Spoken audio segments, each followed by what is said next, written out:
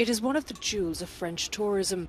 Etretat Beach and its famous cliffs attract 10,000 people a day in high season, an influx that poses a real threat to the environment and to the very existence of its limestone cliffs. Local residents and businesses say something must be done. On atteint à peu près 1,5 million de visiteurs par an. Parmi ces 1,5 million, il y a quand même 800 000 excursionnistes. Donc c'est des gens qui viennent simplement des visites à la journée, qui ne dorment pas sur place.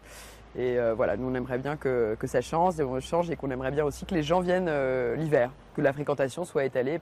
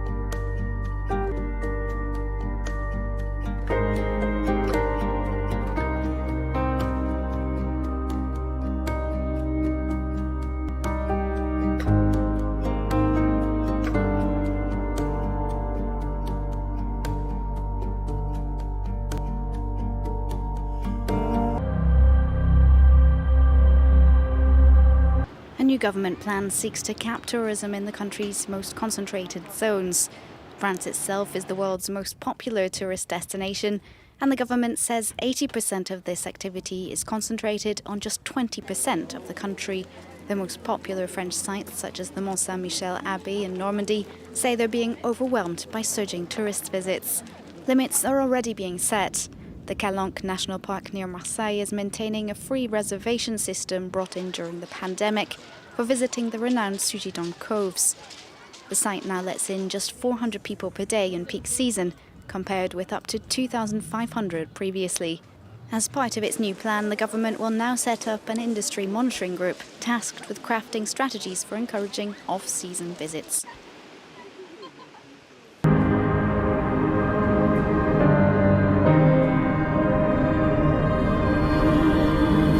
The French government has presented a plan to control the excess of tourists in historical sites, such as Mont Saint-Michel, and national treasures, such as the island of Beira or the Calanque National Park. Even the capital is looking at several ways to tackle over-tourism. One idea is for social media influencers to spearhead campaigns on negative impacts, such as increased pollution, and to encourage people to seek destinations off the beaten path. France, they remind us, is more than just Paris.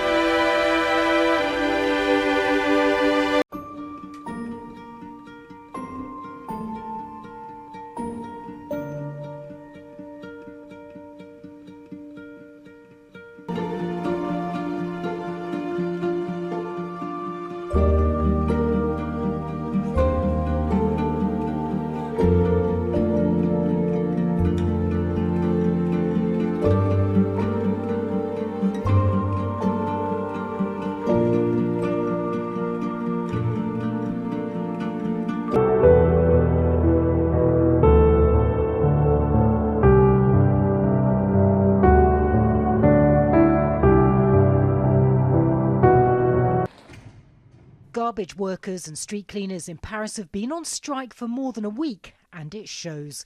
The city council says thousands of tons of rubbish hasn't been collected. There are overflowing bins like this nearly everywhere in Paris, and what garbage collectors hope is that the dirty streets will help put pressure on the government to scrap their proposed reform. He has transformed the way we travel, But for the Paris councillor in charge of housing, it's also draining the life out of his city. There are some 60,000 Paris listings on Airbnb, many of them homes that have been made available for tourists and removed from local housing stock. In the city centre of Paris today, 1 resident out of every 4 no longer houses Parisians, so we have apartments that are transformed into tourism cash machines. And this has knock-on effects, because not only are the residents replaced by tourists, but food shops are also replaced by clothing stores. This isn't the first time lawmakers have taken aim at Airbnb. The Paris mayor's office already requires homeowners to register with authorities, and rentals are limited to 120 nights a year.